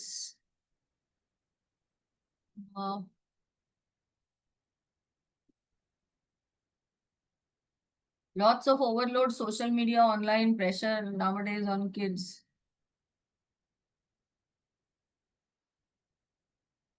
Physics में एक कॉन्सेप्ट है, और फिजिक्स का कंसेप्ट तो मैं बाद में बताऊंगी, बस मैं म्यूजिक के हिसाब से बताती हूँ. जो स्ट्रिंग इंस्ट्रूमेंट्स होते हैं, जो तबला होता है, आप इमेजिन कीजिए कोई सतार या संतूर, एनी अदर इंस्ट्रूमेंट, उसकी जो तार होती है ना, उसको टाइट ही रखना पड़ता है, तभी वो अच्छी बजती है. अगर आप उसको लूज कर देंगे, we are talking of stress, strain and torque here, अगर आप उसको लूज कर देंगे तो म्यूजिक अच्छा नहीं बजेगा. So some kind of stress and strain is there to make the music. उसको इतना नहीं खींचना चाहिए कि टूट जाए, लेकिन उसको इतना ढीला भी नहीं छोड़ना चाहिए कि उसमें से कोई म्यूजिक ही ना बजे. I getting my point saying. So it's, I think we are overhyping the pressure that we feel. But yeah, yes, guitar. So, हम टाइट करते हैं ना उसको. I hope you understand what I'm trying to say. And this is exactly the same language in which I talk to my students. Uh, कि जब pressure की बात होती है, yes, let's get it. Have you all started making this? Over the last 3 days, my eyes have become bloody. That's because we are not taking break. So I'll tell you,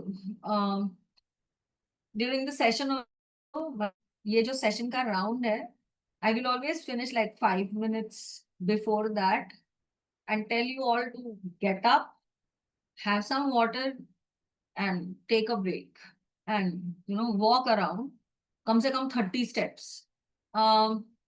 ऐसा होता है कि आपके eyes blurry इसलिए हैं कि सिर्फ आप सेशन देख रहे हो. आपके आईज इसलिए भी ब्लरी होते हैं क्योंकि उस सेशन के बाद के जो ब्रेक है, उस ब्रेक में आप आपका फोन भी देख रहे हैं, बाकी की चीजें भी कर रहे हैं. Your eyes 100% need the rest. But for every 30 minutes that you are sitting, you need to get up for 3 minutes. That's the golden formula. तो हर 1.5 घंटे के सेशन के बाद में आपको जो 15 मिनट का ब्रेक दिया जाता है, वो 15 मिनट के ब्रेक में please give your eyes an exercise. Look out of the window and see as far as you can see the windows. Close your eyes, sit like that, and have some water. Then you will not have all this. Training should be in offline mode. Not possible. क्योंकि reach कैसे आएगा? Here we're talking about the reach, and I'm talking about learner autonomy. So it should not be only offline. Offline is good for some time. Online is good for some time. Please start taking the session and hands-on session now. And once you're ready, just let us know that you are in ready.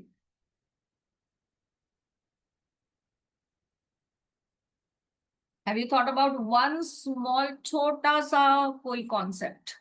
And then how will you assess? इतना भी अगर कर लेना, teaching learning you all are experts, I know, उसमें मेरे को इतना कुछ करने की जरूरत नहीं पड़ेगी. लेकिन मुझे ये देखना है that Renu Singh ji is ready. She is raised her hands. But it's okay. Renu Singh, where are you? I can't see you. Have you all take screenshot of this? Because then I'm going to stop the screen share.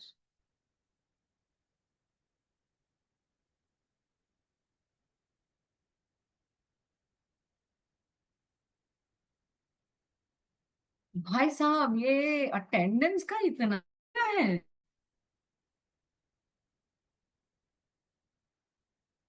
Last time we all were laughing क्योंकि ऐसे ही कोई थे जिनको attendance पे ही ज्यादा फिक्र थी. When I was college, हमारे टीचर्स हमको ये बोल देते थे, और मैं मेरे स्टूडेंट्स को ये बोलती हूँ, अगर सिर्फ अटेंडेंस के लिए बैठे हो तो मत बैठो यार. किसने बोला है? Okay, if you are here to learn, you are most welcome. If you are not here to learn, you're fooling yourself just because if you're there for attendance. I can see some wonderful smiles. Khurshid साहब की smile बड़ी अच्छी है मेरी इस पर, और even Isha जी भी बड़ा अच्छा स्माइल कर रही है जब मैं बोल रही हूँ ये तो. सो यस, मुझे किसी ने बोला था ऐसा. That statement I remembered very nicely. Chanchal ji, just a minute.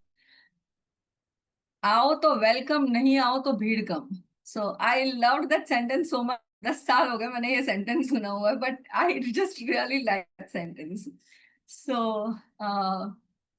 Yeah, so yes, Chanchal ji from SCRT Delhi, you have raised, you can go ahead.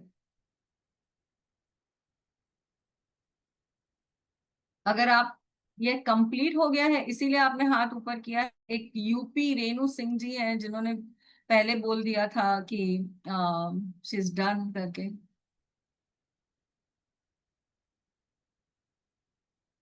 तो ओके, हुज तो चंचल जी बताइए तो सही, आप अनम्यूट कीजिए अपने आप को, और जो हैंड रेस किया है उसको लोअर कीजिए और बताइए आपने क्या आउटकम लिखा।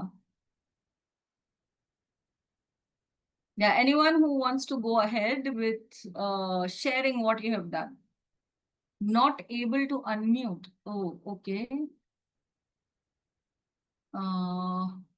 Okay, can you then put into the chat? I think admin ने बंद किया है. Let us just ask the slide 3 want to see for screenshot. I think the whole of the slides will be there. वो share कर दिए जाएंगे. Yeah. Good morning, ma'am. Yes. बोलिए. Yes, ma'am. So I want to share my planning of the session. The learning outcome that I have written is students will be able to identify opposite of given words.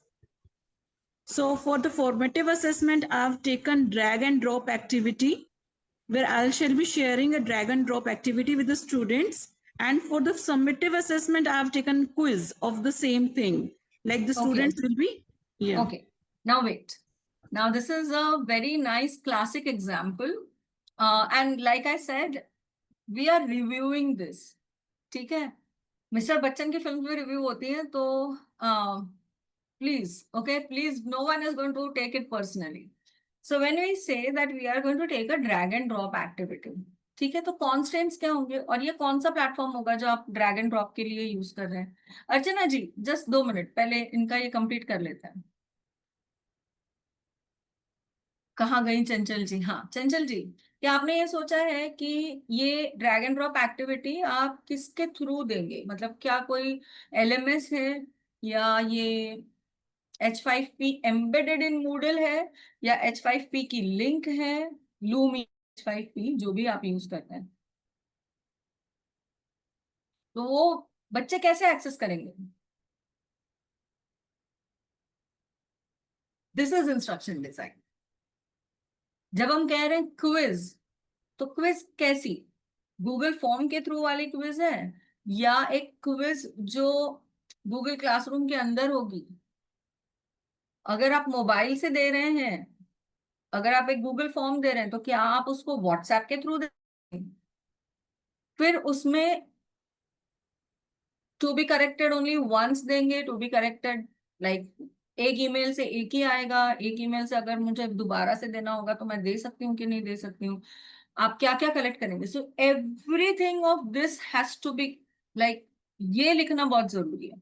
क्योंकि the moment I this now, if I say that I am going to use Lumi,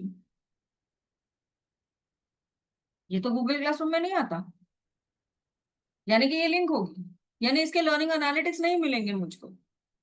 तो फिर मैं कैसे देखूंगी कि बच्चों को कितने मार्क्स आए?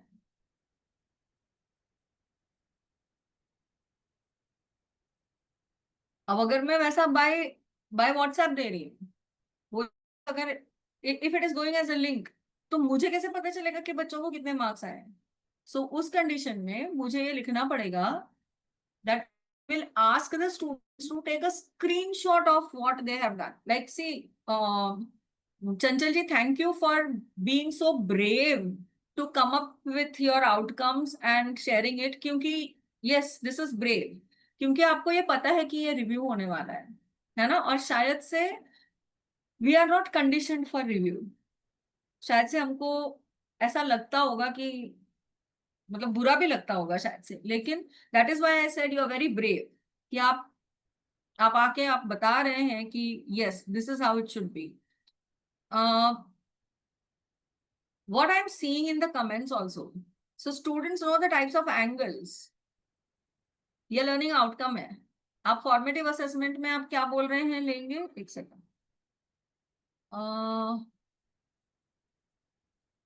Formative assessment showing different objects to identify the to identify the type of angles लिखना होगा उनको। आप ऑब्जेक्ट्स किसमें से दिखाने वाले हैं,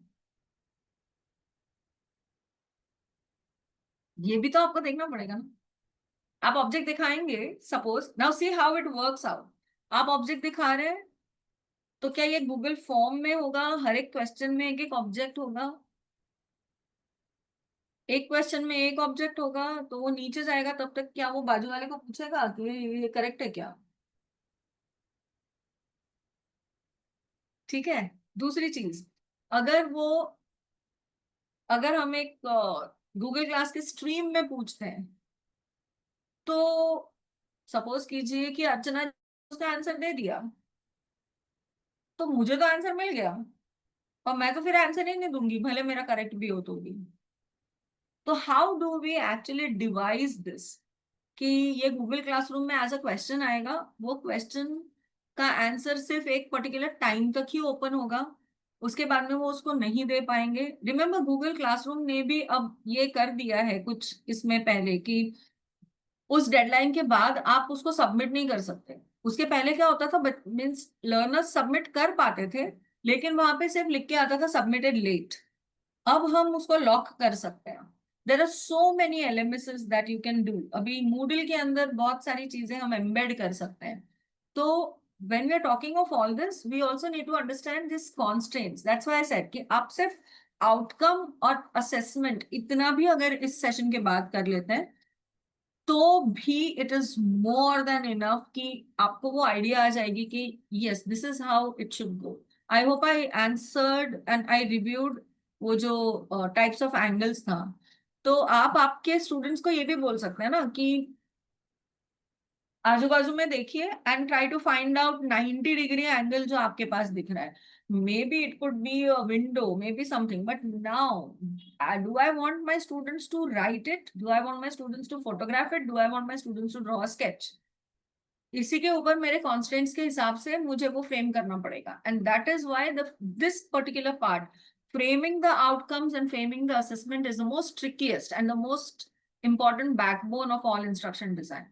उसके बाद में पढ़ाना तो हम कर लेंगे। अर्चना जी, आपका हाथ रेस्ट था और मैंने आपको रोक के रखा था, बोलिए।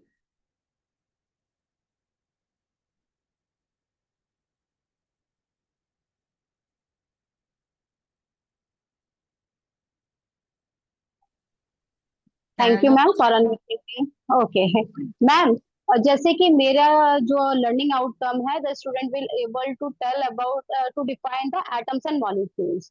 तो उसके लिए फॉर्मेटिव के लिए मैं चाहूंगी कि मेरे पास जो हैंडमेड कार्ड्स होंगे जो मैंने बनाए होंगे वो बच्चों को दिया जाएगा, और उस पे बच्चे अपने को उस चीज को देखेंगे और उसको समझेंगे। एंड समेटिव में मैं करूंगी क्विज जो मैं बनाऊंगी H5P पर, और उसका लिंक जो होगा वो मैं बच्चों को प्रोवाइड करूंगी।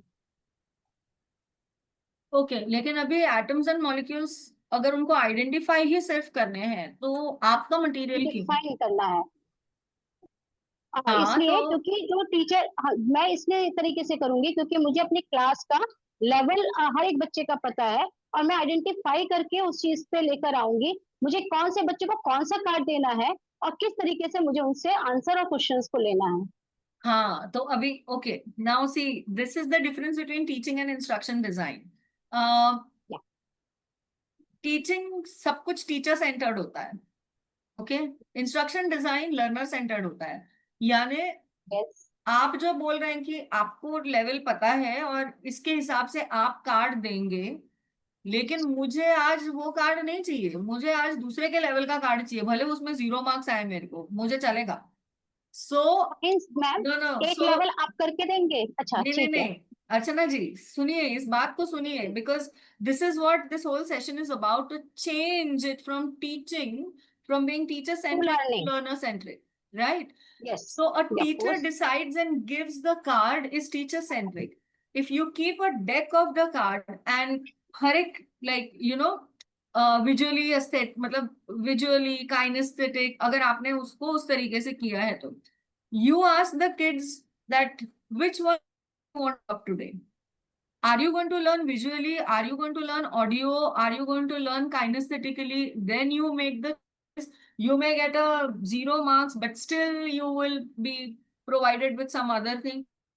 Then that is instruction design. Okay, so when you're doing Thank you. this, it has to be completely learner centered. मतलब मैं टीचर्स Okay. को कई बार जब मैं पढ़ा मतलब ट्रेन करती हूँ तो मैं ये भी बोलती हूँ कि यू नो कई बार टीचर्स ऐसा वीडियो बनाते हैं जिसमें अगर आपको 6 मार्क्स नहीं आए, आप आगे नहीं जा सकते। Okay, you have to get 6 out of 10 only, then you will go ahead, or you have to get 10 out of 10 only, then you will go ahead. I am like, यार ये तो कितना रिस्ट्रिक्टिव है। अगर कोई बच्चा बोल रहा है कि भाई मेरे को मैं 4 मार्क्स से खुश हूँ, मेरे को आगे का तो देखने दो, तो दो उसको option. So the option should be, are you satisfied with your score? Do you want to learn more? If you want to learn more, go back, take a 5-minute break, go back to the video, learn and come back. If you are happy with your score and are you sure you want to progress ahead, continue with the video. That much of learner centricity होना चाहिए। I choose कि भाई मैं 4 mark out of 10 marks से मैं खुश हूँ, मेरे को आगे का देखने दो ना। शायद सेकेंड या थर्ड टेस्ट में I will get 10 out of 10, but आप मेरे को इधर ही फोर्स कर रहे हो कि नहीं, इधर 10 आउट ऑफ 10 मिलना ही चाहिए, तभी आप आगे जाओगे। मैं आगे तक जाने के बदले में मैं तो छोड़ दूंगी, जाने दे, नहीं पढ़ना मेरे को। So that is how much of learner centricity is required. I think just like OERX, yes. But in all popular in the process, it's same restricted, yes. So that we'll do the restricted thing, we will do in summative. We need not do it for formative. Formative है ना 40% अपने हाथ में, 40% में तो freedom दे। Summative में नहीं दे सकते, कोई नहीं बोल रहा समेटिव में देने के लिए, लेकिन फॉर्मेटिव में यस, फॉर्मेटिव में देना चाहिए। ओके, आई थिंक लोगों को हम यहाँ पर हैं।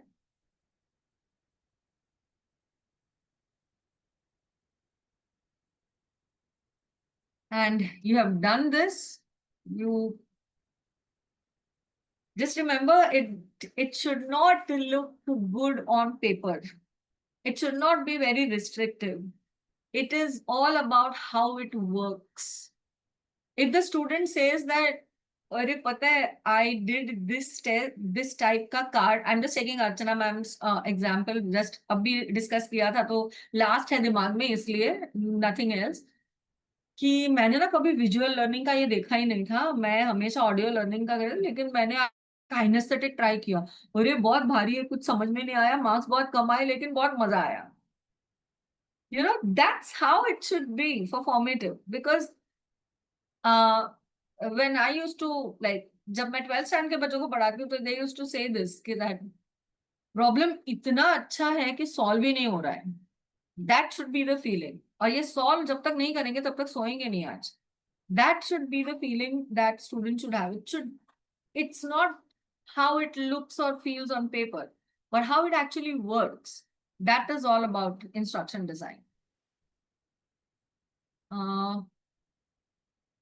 Are there any, what about the practice?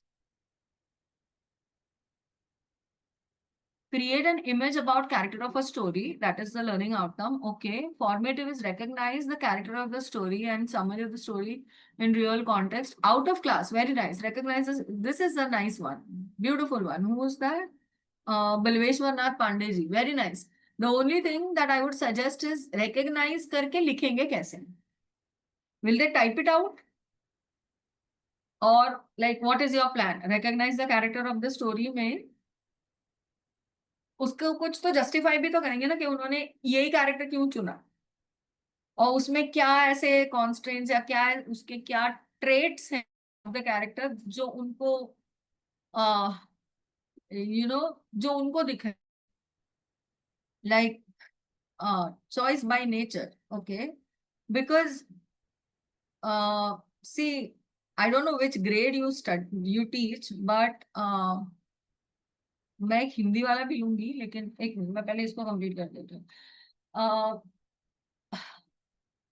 there are students in teenage especially जिनको विलन्स ज्यादा पसंद है एज कंपेयर टू हीरोज, और वो उनके कैरेक्टरिस्टिक ट्रेट्स को कितना वो अच्छा है वो दिखाता है. सो better to have such type of discussions in class as well, and better to have such type of discussions even during your e-content. मानचित्र प्रदर्शन, भाई मेरे को ना उतनी शायद हिंदी नहीं आती है, लेकिन मैं ट्राई कर रही हूँ. ओके, छात्र मानचित्र में किसी स्थान को दर्शा सकेंगे. मानचित्र में रंगों को कैसे दर्शाएं समझ पाएंगे. ओके, मानचित्र इज लेजेंड. कोई मेरे को बताएगा मानचित्र क्या होता है? I feel so sorry for this.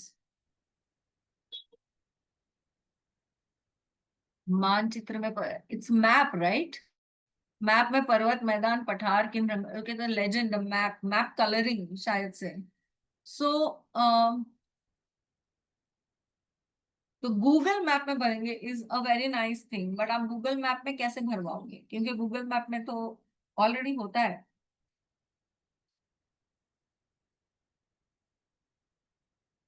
तो क्या हम एक्चुअल में लाइक जी आप अगर मतलब, अच्छा नीचे मैसेजेस आ गए. Okay, division of state in Indian map. So अगर गूगल मैप में तो वो ऑलरेडी है, तो आप आइडेंटिफाई करवाएंगे, you mean to say, and you will ask them to colour.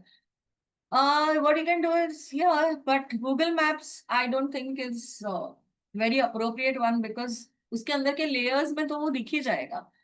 Maybe you should find out the tool, or maybe you can ask them to trace on paper what they see on Google Map.